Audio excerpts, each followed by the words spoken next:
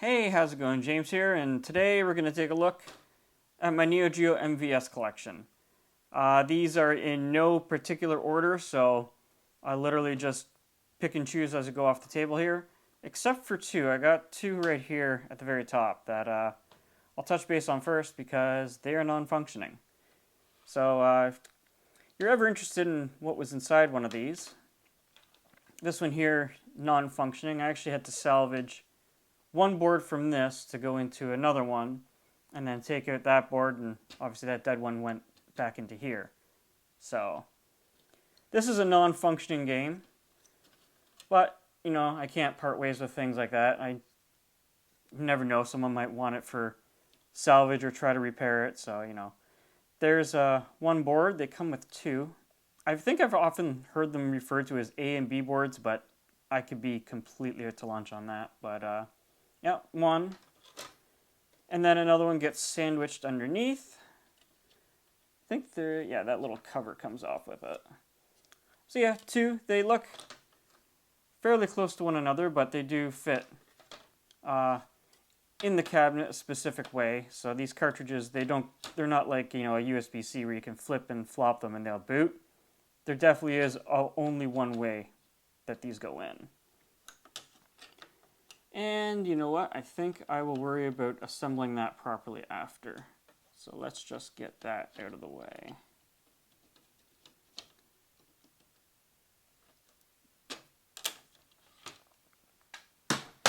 Alrighty. The first one here is SVC Chaos, SNK versus Capcom Super Plus X. Goodness, that is quite a title to get off. But yeah, sadly, this doesn't work. I tried. Even when I got this, it was sold to me as a, quote, somewhat functioning bootleg. I think I've maybe gotten this thing to run at most 3 times since getting it ages ago. For the most part, it just gets stuck in a boot loop. And when it does actually boot, after like 2-3 battles, it genuinely just wants to reboot on its own anyways. So I'm going to call that, yeah, non-functioning, basically doorstop, but hey, you never know. I might be able to offload it on someone else that's wanting to see if they can repair it. Alrighty. Puzzle Bobble, also known as Bust-A-Move. I don't think I need to do any introduction on this. Most people are probably ideally familiar with this. Insane amount of fun. It's actually one of the reasons why I wanted a Neo Geo cabinet. I love this game. For a puzzler, super fun. 2-player is honestly even better. This gets a lot of use here. Even my mom will play this. She's not a big video game person at all, but she likes her Tetris, and she surprisingly really likes this also. Alrighty, this one here is Samurai Showdown 4. It's got the Japanese label there. Actually, that's something that I might touch base on after this. Anyways, great game. I'm not hugely into the Samurai Showdown series, but I get why it has popularity. It's a weapon-based fighter. It's just kind of unique, especially for its time that it came out. And the fact that this whole arena zooms out and zooms in depending on how close your fighters are on the playfield was a pretty neat gimmick that this thing had. And before this, I don't recall seeing it actually on any game doing that. Like I said, I'm not a huge Samurai Showdown fan, but I get it. And this one has a pretty expanded roster compared to the original release. Oh, and like I said, I touched base on Japanese labels. These are region-free. What actually dictates these displaying the language that where they are depends on the motherboard BIOS. So the English and Japanese version is housed onto the same cartridge, and what motherboard you plug it into basically delegates which version it's going to display. So that's pretty cool too, so you don't have to worry about being stuck with a Japanese-only game and you can't read any of it. This will automatically show up in my cabinet in English, and vice versa. Any of these ones here with an English label will just automatically show up in the other region if I were to sell them on eBay or whatnot in the future. Alrighty, the King of Fighters 2000. Yes, this label is relatively destroyed, but it's mostly there. Yeah, everything else in this pile does work, actually. You'll see footage of it. Not bad. I do like the King of Fighters series. More so than most of the fighters that you can get on the Neo Geo platform. Is this my favorite? No. But it definitely has a pretty decent sized roster. It's good fun. It's a, 3-on-3 kind of battle idea. A lot of fun. Is it, like I said, it's not my favorite, but it's a long-standing series, and it definitely has its place in the gaming realm for its fan base. Next up, Savage Rain. Honestly, for me, not great. The pacing just feels off. It feels like one of those early capitalizing fighter games because Street Fighter was popular. This thing was kind of mashed together. Super forgettable. Honestly, I mean, I don't remember the last time I actually plugged this in besides trying to get footage for this video. So if this were to go to another collector tomorrow, I wouldn't miss it one bit.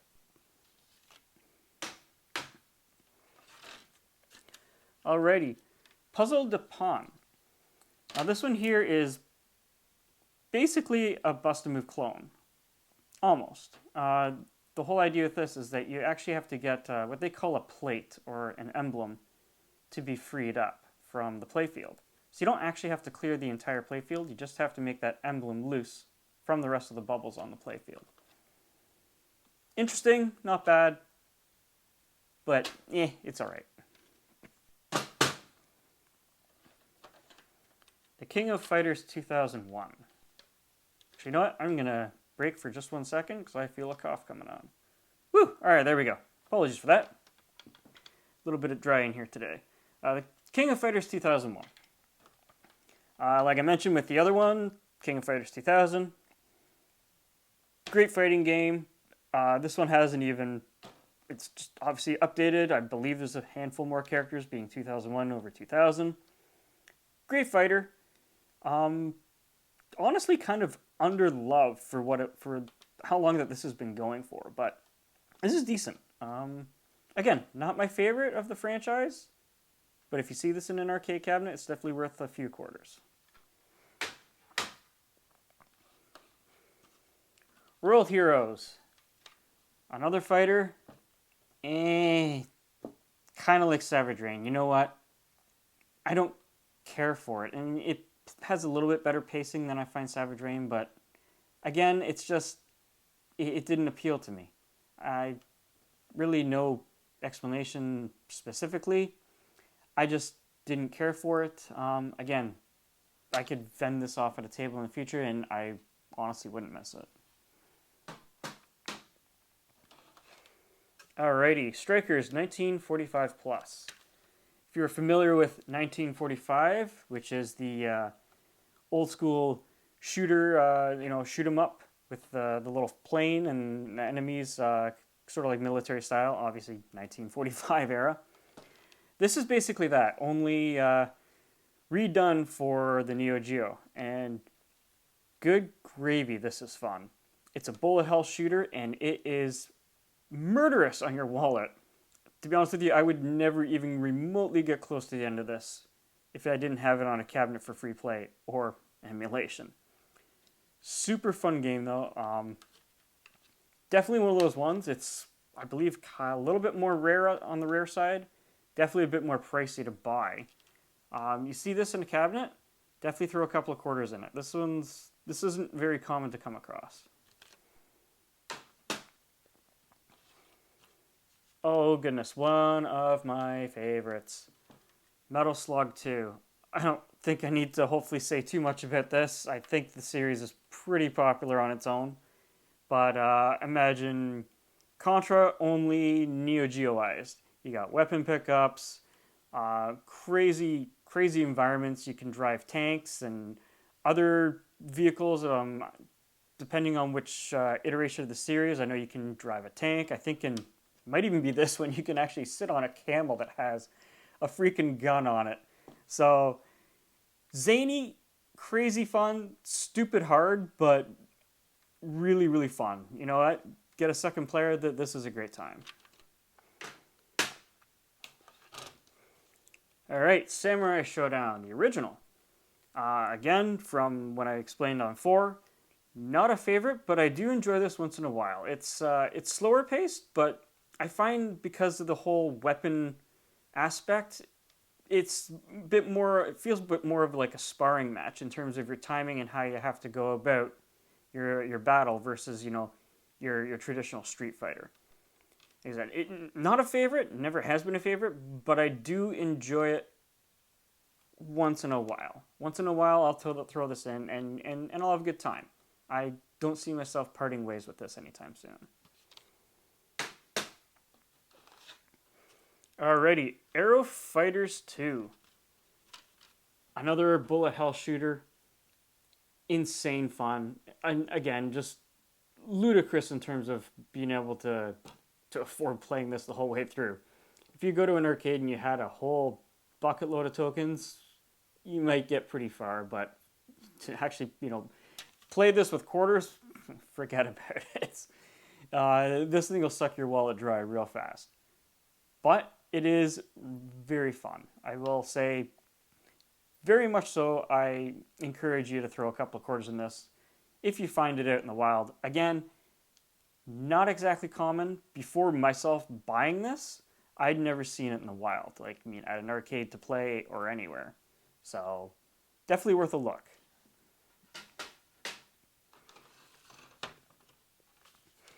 Oh, this is another fantastic one. I had actually played this before actually getting my Neo Geo cabinet through emulation.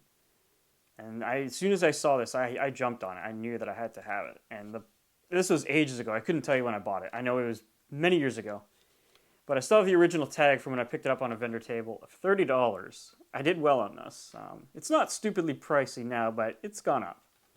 But Double Dragon, this is like one of the greatest fighters that this platform has to offer. I love this game. It plays fantastic. It's fast. It's hard as heck, but it's fair hard as heck, if that makes any sense. A lot of fun. Again, this is one of those ones that's not really that common. I don't really come across it anywhere. Honestly, I don't think I've ever seen it in a cabinet to play when I've been out and about. Amazing amount of fun, though. Like if I was going to a retro game convention and they had a Neo Geo multi-slot cabinet, and they're they invited people to bring games to throw in that cabinet for people to enjoy for the weekend and then pick up your card at the end of the show. This is probably one that I would submit because it is incredibly fun.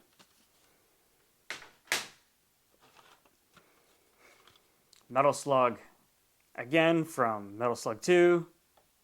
Super zany action, fun, crazy environments. This just gets the blood pumping. It's so much fun. Just pure mayhem. There's really no other way for me to explain this one.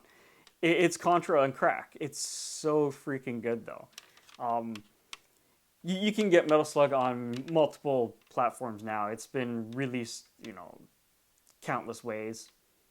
Definitely not one to miss on. This is the whole Metal Slug series is pretty fantastic, and this was the beginning.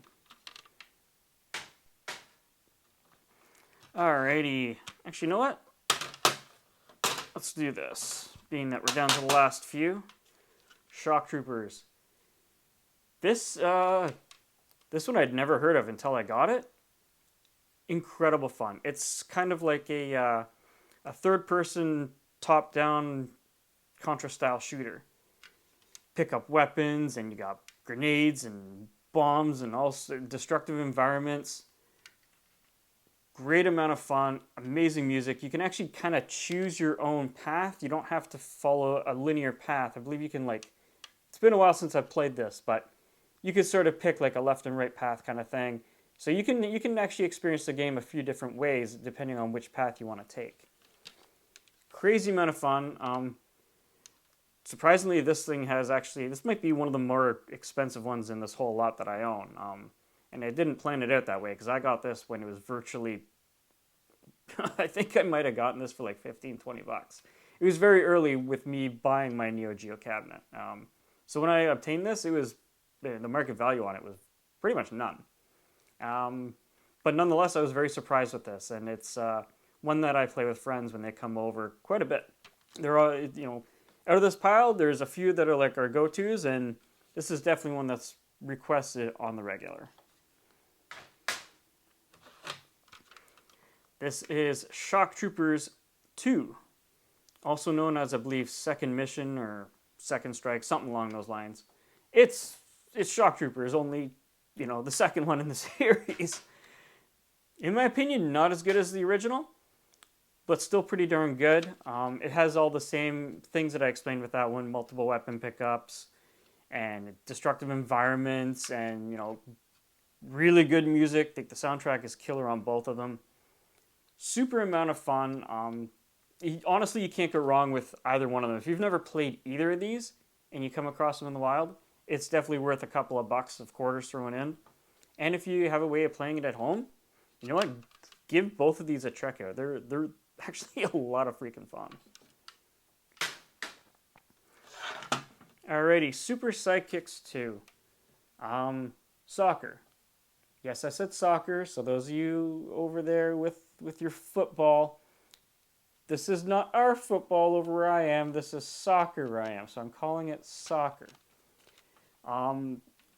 It's an arcade soccer title. I'll be honest with you, I've only maybe played 2 credits on this. I got it when it was dirt cheap. I got it mixed in with one of these other ones when I ended up getting them. Basically, I think this was on the table for like 20 bucks, and I was buying something else more expensive. And I'm like, hey, how about that Super Sidekicks? Give it to me for like 10 bucks. And the guy really did not care because he didn't think he was going to move all day. So he's like, yeah, I'll take 10 bucks over nothing and taking it home. So, yeah, if someone comes over and they want to play soccer, I have it, but I got no ties to this. I could care less whether it's in the collection or not. And lastly, King of Fighters 96. Now I mentioned having 2000 and 2001. This was the big cheese for me to get because this is the one that I remember growing up with. I put a ton of money into this back in the day for an arcade machine. Oh yeah, this ate up a ton of bills from me. So much fun. Like, you might be thinking, all the other ones, newer, bigger roster, whatever. No. This has a special place in my heart because I put a ton of quarters into it. So for me to get this was amazing. I could let go of the other 2 at any point and I wouldn't miss them. But this will stay in the collection until I decide that I'm completely done with owning the arcade cabinet and sell it off as a bundle. But yeah, King of Fighters 96, in my opinion, one of the best in the series. Can't go wrong with this. Again, this comes down to a nostalgia factor for me versus other people that have played the series. They probably have their opinions. But for me, this is tops. And the reason why is because I remember putting a ton of money into this back in the day. Anyways, that's it here with this pile. I can't remember exactly how many this is. 18, 20 games, something like that. Not a massive collection, but Neo Geo MVS carts are not exactly something that I come across virtually ever in the wild. And when I do, they are very far and few to select from to begin with. And a lot of them are genuinely out of my price range that I'm willing to spend on. I like buying the cartridges, but I don't like paying an arm and a leg for them. So I buy the cheaper ones when I can obtain them. And, I'm happy with that. The ones that are hundreds and hundreds of dollars, I really don't care. If I can't get them for a reasonable price that I'm willing to, because at the end of the day, these are just for fun. I'm not making any money off of these. They're not going into an arcade and bringing back a return. These are just for fun. So I'm happy with getting the lesser known titles for cheap, and the ones that are insanely expensive, you know what? I'll just enjoy them through other means. Anyways, hopefully you enjoyed me waffling at the camera about my MVS collection. Thanks for watching. Have a good one. Catch you next time.